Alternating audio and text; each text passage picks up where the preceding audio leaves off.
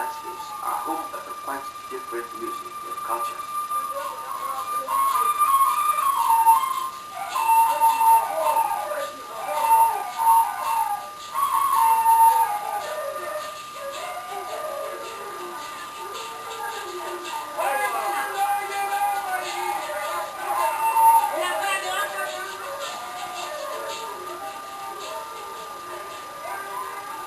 The music of the Hausa people of the north has retained its intimate links with their daily activities. It's still an integral part of the African way of life.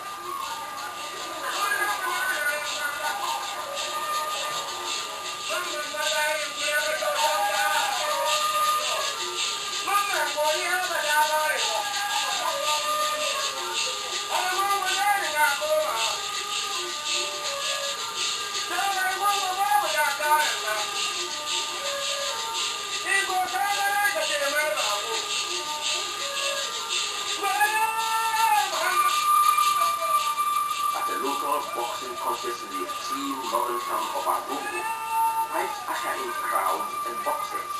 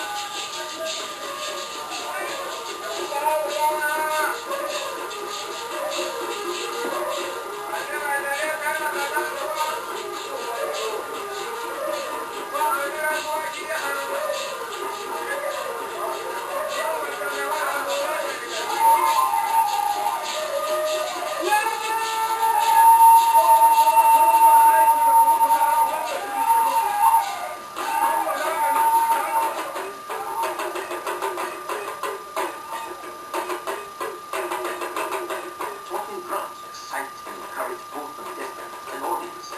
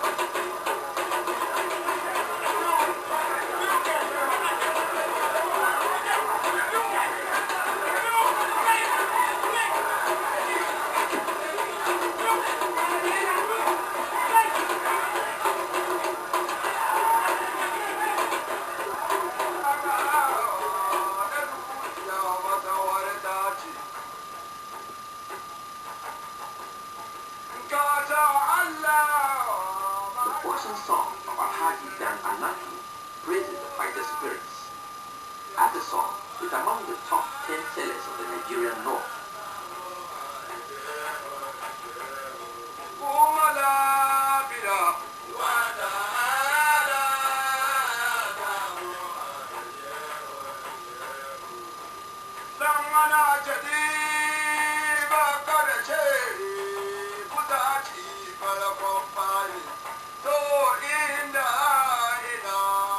West African drums speak their message in all areas of life and work.